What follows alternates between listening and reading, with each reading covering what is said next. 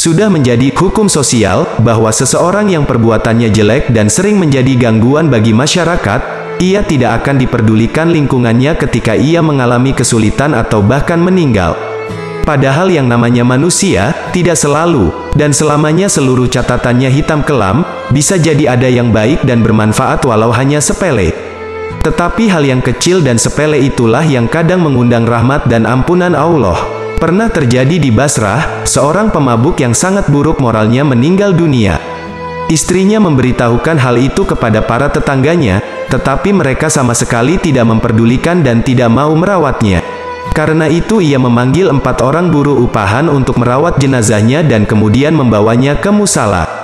Tetapi sesampainya di sana tidak ada seorang pun yang hadir untuk menyalatkannya. Beberapa orang yang mengetahui hanya melihat dan membiarkannya. Setelah tahu siapa gerangan jenazah itu, 4 buruh itu pun tidak bisa melaksanakan salat jenazah. Karena tidak tahu harus bagaimana, istrinya itu memerintahkan orang-orang upahan itu untuk membawanya ke pinggiran hutan, menguburkannya di sana. Tidak jauh dari hutan tersebut ada sebuah bukit, yang di sana ada seseorang yang saleh dan sangat zuhud menyendiri untuk beribadah kepada Allah. Ia tidak pernah turun dan berkumpul di masyarakat kecuali untuk salat Jumat. Entah bagaimana asal-muasalnya, tiba-tiba orang itu turun gunung dan mendatangi jenazah sang pemabuk yang tengah digali kuburannya itu, dan ia menyalatkannya. Setelah itu ia duduk menunggu untuk memakamkannya.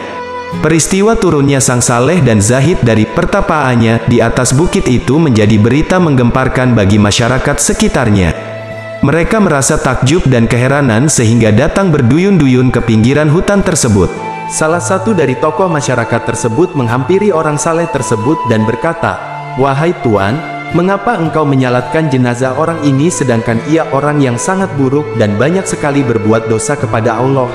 Orang saleh itu berkata, "Aku diperintahkan, tentunya melalui ilham, turun ke tempat ini karena ada jenazah seseorang yang telah diampuni oleh Allah, sedangkan tidak seorang pun di sana kecuali hanya istrinya."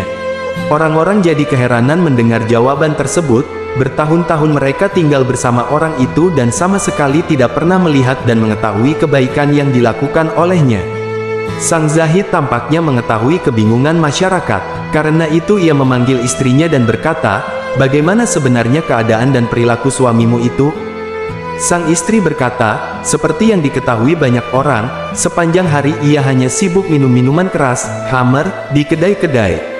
Pulangnya di malam hari dalam keadaan mabuk dan tidak sadarkan diri. Seringkali ketika ia tersadar di waktu fajar, ia mandi dan wudhu kemudian salat subuh.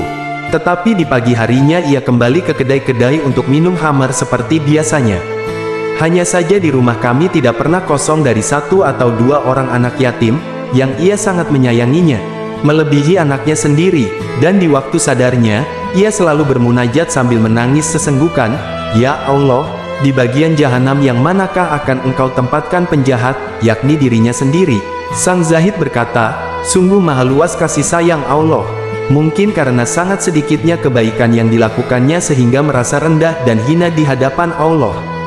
Dan juga kesabarannya menanggung kehinaan dan cibiran sinis dari lingkungannya, yang mengundang rahmat dan ampunan Allah." Mendengar penjelasan itu, anggota masyarakat yang hadir segera ikut menyalatkan jenazah pemabuk tersebut, dan ikut serta menguburkannya.